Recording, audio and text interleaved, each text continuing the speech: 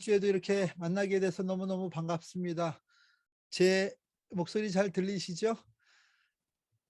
좀 이렇게 잡음이 안 들어가는 분들은 이렇게 좀 소리도 켜 놓고 이렇게 리액션 해 주셔야지 저도 화면만 보고 하려니까 참 답답하기도 하고 그렇습니다. 예.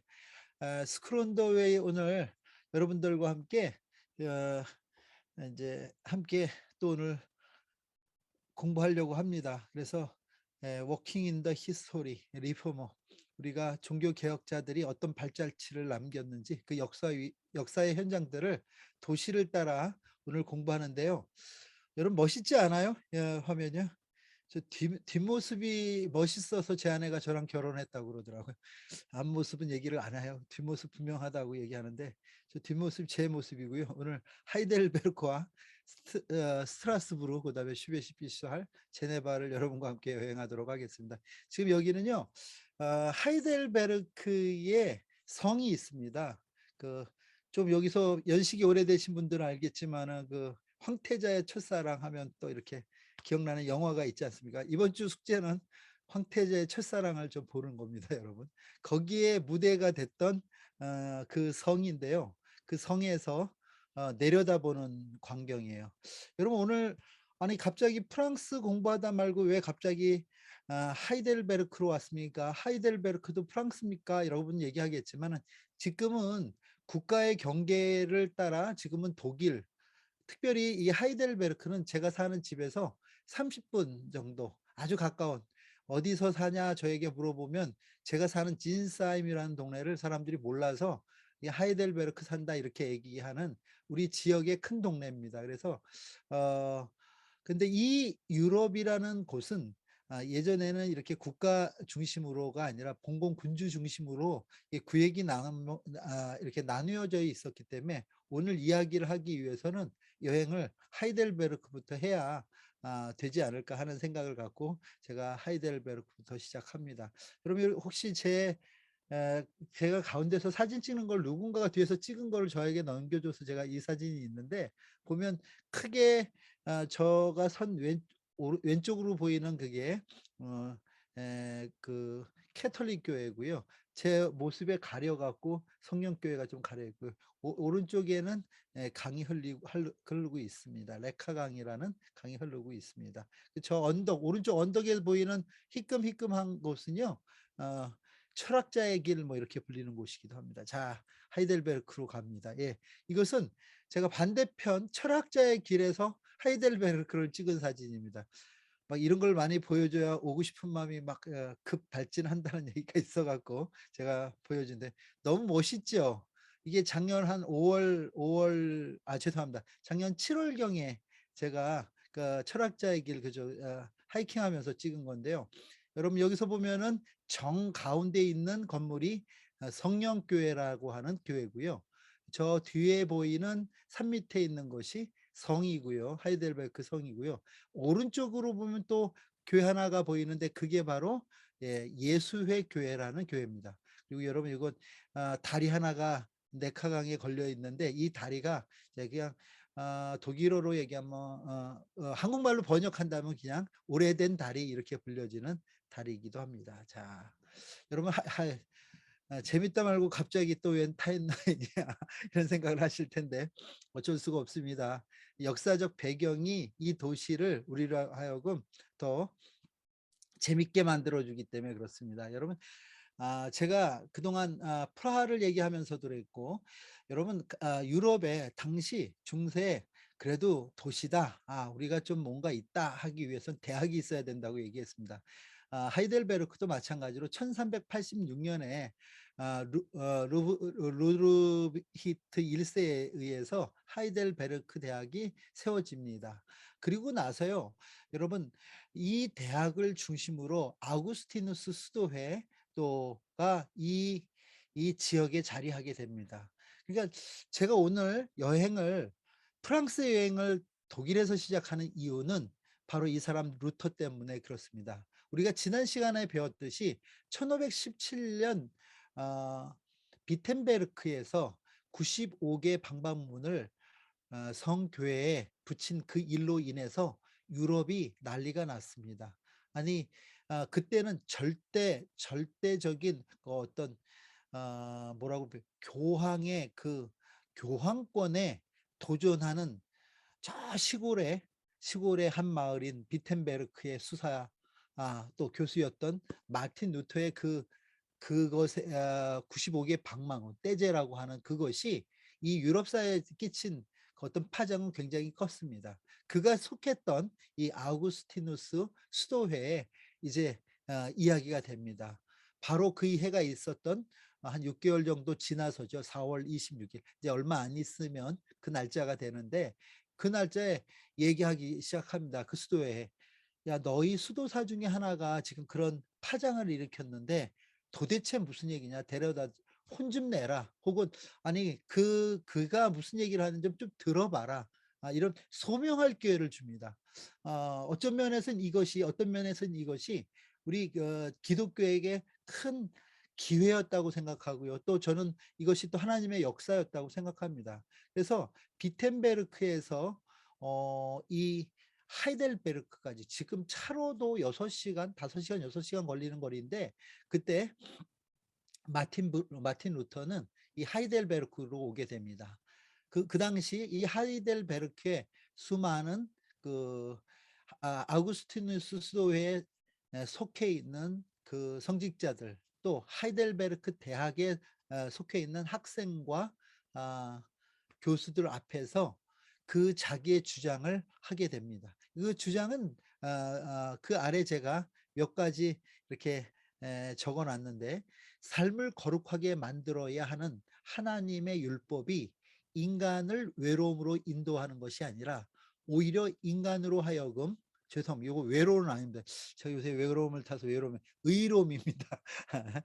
이 오히려 인간으로 하여금 자신에게 맞서도록 만든다. 인간의 업적은 아무것도 아닐 수 있다. 인간의 업적은 아름답거나 선하게 보이지만 실제로 대죄에 불과하다. 믿음은 자신이 하나님과 그분의 은혜를 의존하는 것이며 자기 자신을 신뢰하지 않는다는 사실을 아는 것이다. 예. 이런 얘기를 하면서 그 당시 캐톨릭이 주장했던 영광의 신학을 예수 그리스도를 통해서 구원을 얻는 십자가 신학으로 대체합니다. 여러분 이것이 오히려 그에게 뭐라 그래요? 소명의 기회가 그 당시 그 자리에 참석했던 많은 자들에게 또 다른 도전을 주게 되고 심지어는 이 아우구스투스도에는 그것으로 문을 닫습니다. 그리고 그 자리에 했던 많은 자들이 개혁자로 전 유럽에 흩어져 개혁 운동을 벌이게 되는 그런 계기가 되는 것이 바로 하이델베르크의 아우구스투누스 수도회에 있었던 개혁교단 참사회의였습니다. 여러분 이 일이 굉장히 중요한 의미를 발휘하는 것은 뭐냐면 이 이전까지 카톨릭이 가지고 있던 신앙은 이렇게 표현했어요. 인간의 구원은 교회를 통해서만 이루어진다. 그렇죠. 우리는 그거에 맞습니다. 맞습니다. 우리는 지금 동의할 수 있어요. 그런데 여기서 얘기하는 이 교회라는 것은 카톨릭 교회만을 의미합니다. 그렇다면 동의할 수 있겠습니까, 여러분? 아니죠. 그렇죠? 카톨릭 교회가 아니라 누구를 통해서? 예수 그리스도를 통해서 구원을 얻습니다. 이래야 되는데 교회. 또 이들은 이렇게 얘기했습니다. 인간의 구원은 세례를 통해서 이루어진다 이렇게 했어요. 그럼 맞죠? 세례를 통해서 구원하죠? 아니죠. 여기서 얘기하는 이 세례도 카톨릭 교회가 주는 세례만을 의미합니다. 또 우리가 죄 용서받는 것도 오로지 교회를 통해서만 교회가 인간의 죄 용서를 할 수 있는 그 권위가 있습니다. 이렇게 얘기했는데 그 교회라는 것은 오로지 또 카톨릭 교회에서 시행하고 있는 어, 뭐라고 표현해야 됩니까? 이렇게 표현하죠. 아, 뭐죠? 자기의 죄를 고해해서 그것을 통해서 용서를 받는 고해 성사를 통해서 이루어진다. 뭐 이런 식의 그 카톨릭 교회 안에 매어져 있던 그 교리로부터의 자유함을 선포한 것이라 할 수 있습니다. 여러분 그 당시 이 아구스투누스 수도회의 강점이 뭐냐면 성경을 보는 수도회였어요. 성경을 깊이 연구하고 보던 수도회였어요. 그 당시 수도사들은 성경을 알았기 때문에 이것이 얼마나 성경에 위배되는 것인 줄 알고 오히려 자기 변론의 자리에 섰던 루터의 가르침을 따라서 개혁자가 됩니다. 여러분 오늘 그 이후의 얘기들은 뭐 나중에 보더라도요. 오늘 여기 세 사람의 이름은 한번 생각해 볼 수 있으면 좋겠어요. 우리가 바로 다음 도시에 가게 될 이 마틴 부처. 제가 오늘 이 마틴 부처에 대해서 얘기하려고 이 하이델베르크를 끄집어 온 겁니다. 이 마틴 부처가 그 자리에 있었어요. 이 자리에 있다가 이 마틴 부처가 이 개혁사상을 받아들이고 간 곳이 바로 스트라스부르입니다. 그래서 우리가 스트라스부르를 공부하게 되고요. 그럼 스트라스부르는 지금도 그 스트라스부르가 알자스 지방이라고 그래 갖고 여러분 혹시 예전에 마지막 수업 뭐 이런 책들 읽으신 적 있을 거예요. 이 알자스 지방에 있었기 때문에 때로는 독일 땅으로 때로는 프랑스 땅으로 지금 현재로는 프랑스 땅으로 있습니다. 저희 집에서 1시간 한 10분 정도 가면 있는 도시인데요. 그런데 그 당시에 이 마틴 부처는 그 스트라스부르크로 가서 거기서 종교 개혁을 또 일으키게 되고요. 여러분 저희 집에서 또 1시간 정도 동쪽으로 가게 되면 슈베비시 할이라는 여기 지금 오늘 참석했는데 우리 저기 누구죠? 어디 갔어? 어디 아까 보였었는데 어, 여기 있다. 형민 형제하고 제가 처음 갔던 도시인데 그 슈베비스 할이라는 데로는 브렌츠라는 사람이 가서 또 종교 개혁을 일으키게 되고요. 울룸이라는 곳에 마리 프레히트라는 사람이 가서 또 종교 개혁. 이렇듯 뭐 다 열거할 수는 없지만 그 자리에 있던 사람들이 각 도시에 나가서 종교 개혁을 일으키는 그런 역사가 일어납니다. 우리가 지난 시간에 봤던 콘스탄츠도 바로 이 지역에 이 회의에 참석했던 개혁자가 또 콘스탄츠로 가고요. 그래서 하게 됩니다.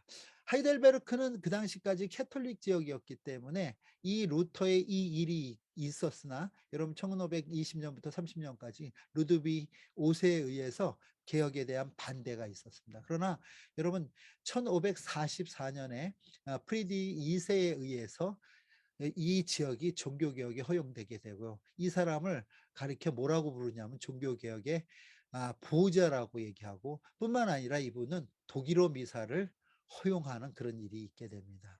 그리고 세월이 지나 1555년 아우스부르크에서 종교회의가 있게 되고 이때 시민들이 종교 선택에 자유를 얻게 되고 여러분 프리드리 3세 때 가서 수도원은 해체되고 여러분 위그노와 왈롱인 위그노 왈롱인 요거 굉장히 중요한 의미인데 요 얘기는 뭐냐면 프랑스 지역에서 이주해 온 박해를 여러분 박해를 피해 이주해 온 사람들이 바로 이 하이델베르크에 살게 되고요. 이분들이 많은 기술이라든지요, 많은 금융이라든지 돈이라든지요, 뭐 이런 것들을 가지고 와서 이 하이델베르크 지역을 굉장히 발전시키는 일들이 있게 되고요. 그 후 여러분 1563년에 여러분들도 들어보셨을 법한 여러분 하이델베르크 신앙 고백이라고 여러분 들어보셨죠? 아마도 여러분이 지금 여기에 속해 있는 우리 송전도사님이 다니시는 그 학교에서도 그걸 가리킬 거고 또 여수 은현교회에서 은현 죄송합니다.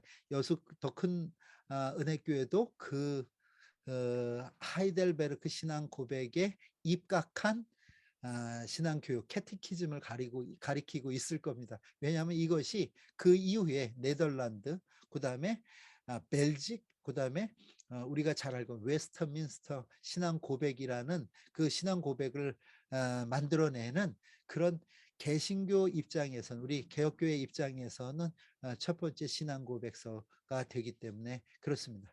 그런 이유 때문에 제가 오늘 먼저 하이델베르크를 여러분하고 나눕니다. 이 장소가 여러분 지금은 건물 아까 얘기했죠. 수도원이 폐쇄됐기 때문에 건물을 볼 수는 없고요.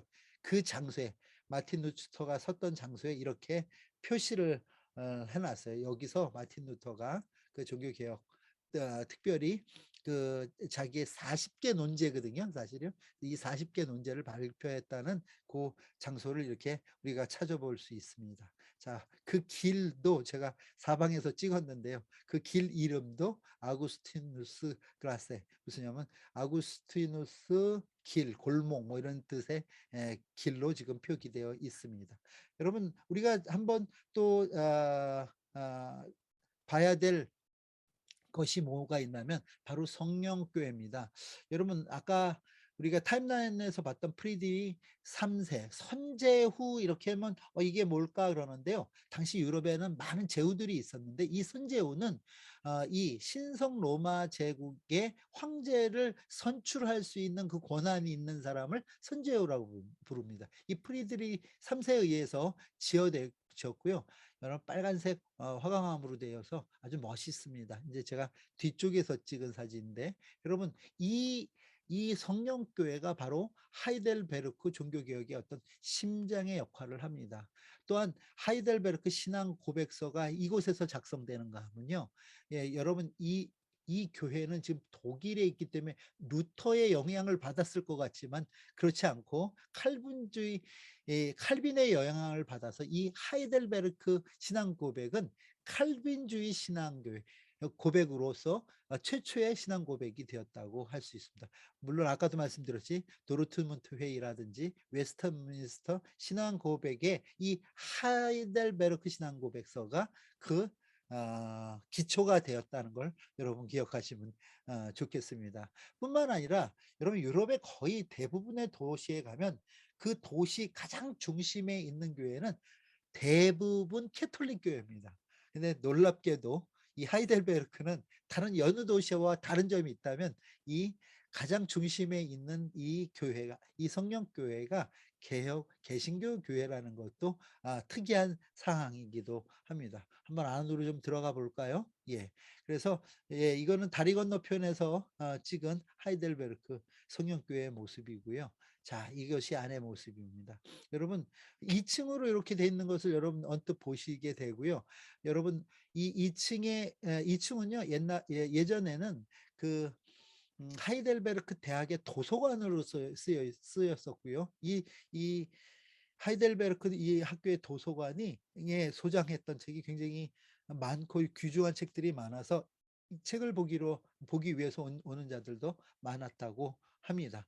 여러분 특이한 거 하나가 있어요. 그래서 제가 두 개를 이렇게 사진을 옆에다가 붙였는데요. 왼쪽에 보이는 것은 설교단인데 여러분 설교단의 대개 꼭대기에는 다른 이제 캐톨릭 성당에 가 보면은요, 뭐 마리아라든지 뭐 다른 성자상 예를 들어서 베드로상이라든지 이런데 여기 하이델베르크 이 성령교회 그 위에는 뭐가 있냐면 부활하신 예수님 상이 이렇게 있습니다. 또 오른쪽에 보이는 것은 정말 놀라운 것인데요. 저거 보면 여러분 한번 숫자를 읽을 수 있으면 1545년 8월 6일이라고 독일에서는 날짜가 먼저 그다음에 달을 놓는데 그리고 연도를 놓는데 8월 6일입니다. 6월 8일이 아니라 8월 6일에 여러분 혹시 기억나는 역사적 사건이 있습니까?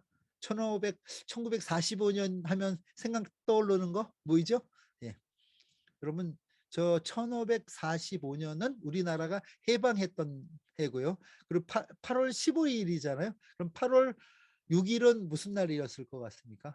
이게 여러분 이렇게 역사는 다 엮여져 있는데 8월 6일은 바로 그 일본 히로시마에 여러분 원자폭탄이 떨어졌던 날입니다. 그럼 일본 히로시마의 원자폭탄이 떨어진 것과 이 성령교회와 무슨 상관입니까? 그것도 아니 요 대개가 교회의 그 스테인글라스는 종교적인 의미를 담고 있잖아요. 근데 여긴 전혀 종교적인 의미를 담고 있지 않아요. 아니 왜 이걸 해놨을까? 생각해보면 조금 위에 이렇게 보면 파란색이 있고 이렇게 있는데 보면 이는 MC 자승이라고 이렇게 써 있는 게 있어요. 여러분 이걸 보면 이제 알아야죠. 뭐죠? 바로 우리가 잘 알고 있는 아인슈타인이 이 학교 출신입니다. 그래서 그의 연구의 결과로 원자폭탄이 만들어졌죠. 예, 그것을 기념하기 위한 스테인 글라스가 있기도 합니다. 자, 아까도 말씀드렸듯이 1563년에 조금 있으면 이제 이거는 제가 50주년 때 야하루라고 그러면 연도를 얘기하는데 450주년에 찍은 거지만 이제는 2023년 내년에는 460주년이 됩니다. 하이델베르크 캐티키즘이 이곳에서 바로 시작돼서 지금 우리가 배우고 있는 많은 소요리 문답, 대요리 문답 등등 우리가 배우고 있는 신앙 체계가 세워진 곳이 바로 이 하이델베르크입니다. 그러니까 우리 송전도사님은 꼭 여기 와야 돼요. 그렇죠? 요새 학교에서 그거 배울 텐데 과목으로 나눠서 여기입니다. 예. 여러분 그 바로 왼쪽 하단에 있는 그림을 보면 이렇게 놀라하면서 보는 게 있습니다. 이렇게 벽인 것 같은데 양쪽으로 갈라져 있었는데 여러분 이 성전은요 한동안을 오른쪽 그러니까 우리로 얘기하면 강대상 쪽은요 캐톨릭에서 또 이쪽 회중석 쪽은 개신교에서 사용했었습니다. 굉장히 오랜 동안을 한 지붕 두 가족으로 카톨릭과 개신교가 나눠 쓰다가 이것이 개신교 교회로 다시 자리하게 됐. 그 당시 나누어졌던 벽을 나눴던 것을 지금도 저렇게 표시하고 있습니다. 여러분 캐톨릭이 저 성령교회를 뺏기고 나니 얼마나 속이 아팠겠습니까? 그렇죠? 한 도시의 중심을 빼앗기. 그래서 캐톨릭에서도 다시 교회를 칩니다. 여러분 이 교회 이름이 예수스. 여러분 우리가 미션이라는 영화 자꾸 얘기하는데 이 미션이라는 영화에 나오는 그 캐톨릭 수사들의 그 수도회 이름이 뭔지 아시죠? 뭐죠? 예수회. 들어보셨죠? 예수회. 예. 당시 캐톨릭은 반종교 개혁이 일어나서 이 예수회 선교사들에 의해서 전 세계로 다시 교구를 늘리기 위해서 나갑니다. 특별히 아프리카로 또 남미로 나가죠. 아시아로도 나오고요. 그리고 이렇게 뭐랄까 개혁교회의 교구를 빼앗긴 데는 또 다시 그것을 회복하는 일을 합니다. 여러분 이 보이는 게 예수회 교회입니다. 이 예수회 교회가 여러분 로마에 있는 예수회 교회의 그 원형을 그대로 가져다가 이렇게 다시 짓습니다. 죄송스럽게도 이 교회는 마을 중앙에는 못 짓고요. 아까도 보셨듯이 한켠에 지어지게 되고요. 여러분 이 예수회 선교회가 아시다시피 미션에 굉장히 큰 또 개혁을 부르짖는 교회이기 때문에 오른쪽 그 실내를 봐도 굉장히 깔끔한 모습을 하고 있습니다. 여기가 이런 정도까지 깔끔한 생각을 들어요. 여기 개신교회 아닌가 하는 생각을 할 정도로요. 그런데 여기는 개혁교회가 아니라 캐톨릭 교회입니다. 자, 요 그림 저는 여러분들하고 그림 보는 걸 되게 좋아하는데 우리가 지난 시간에 제가 여러분하고 비텐베르크에 있는 여러분 시리처치 그러니까 시립교회의 크라나흐의 재단화를 여러분하고 같이 봤어요. 그렇죠? 예수 중심에. 근데 오늘도 우리는 재단화 하나를 보는데 여러분 이 오른쪽 그림을 보게 되면요. 제 화살표 보이시죠? 오른쪽 그림을 보게 되면 여러분 천상, 지상, 지하 이렇게 나눠져 있습니다. 이것이 의미하는 게 뭐냐 하면 뭔가 의미하는 게 있어요. 이 그림이 의미하는 것은요. 오순절 마가의 다락방에 임하신 성령 강림을 의미합니다. 그래서 이 교회도 성령교회죠. 보세요. 그런데 여러분 천상에 보게 되면은요. 성부 하나님과 성자 예수님이 보이고요. 그런데요. 이 천상과 지상을 나누는 분명히 뭐가 나눠졌죠? 나누어져 있고요. 또 그런가 하면 지상의 그림도 여러분 잘 보시면 이게 보일지 모르는데 혹시 여러분 보이시면 이렇게 표시 한번 해주세요. 뭐 손가락 표시를든지 여기 비둘기 보이나요? 비둘기 같이 성령이 임한 것이 보이죠. 그리고 그때 성령이 임할 때 뭐라고 얘기했냐면 성령이 뭐같이 임했다고요? 불같이 임했다. 뭐 이렇게 해서 그렇게 얘기하잖아요. 우리에게는 예수님께서는 비둘기같이 임했지만 그 당시 오순절 마가의 다락 다락방에 있던 성도들의 불에 혀가 침했다 이렇게 얘기했거든요. 근데 여기 한번 잘 보세요. 요 그림을 여러분 확대하실 수 있는 분들은 나중에 제가 올려드리겠습니다. 보면은요, 이 성령이 임하는데 모든 사람에게 임한 게 아니에요. 여러분 우리가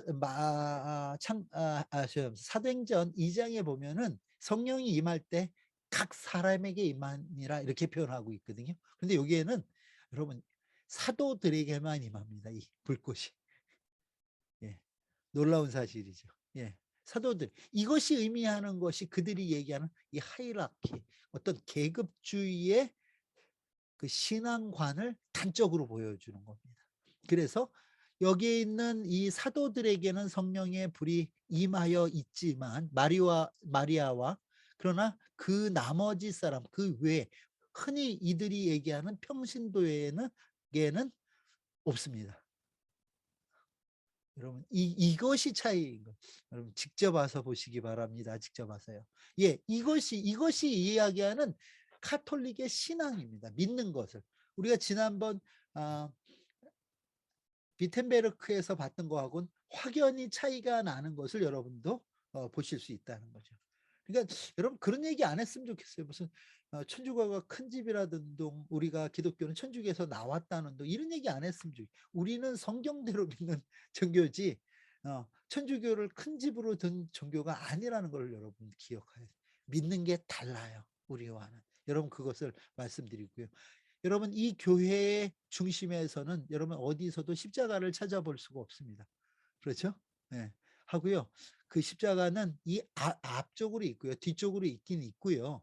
여기에 보면 여러분 노란 상자 하나를 보이시면 한번 표시해 주시겠어요? 보이시면? 예.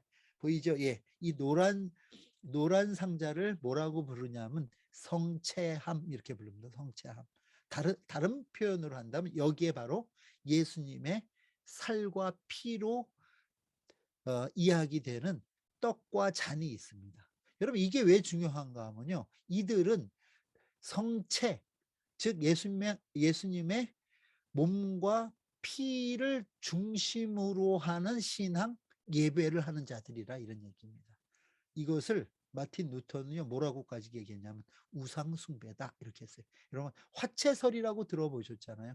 여러분 저들은요 그 예수님께서 주신 그 떡 혹은 잔을 마실 때 그것이 내 몸에 들어가는 순간 예수님의 진짜 살로 예, 예수님의 진짜 피로 변한다고 그들은 믿는 거죠.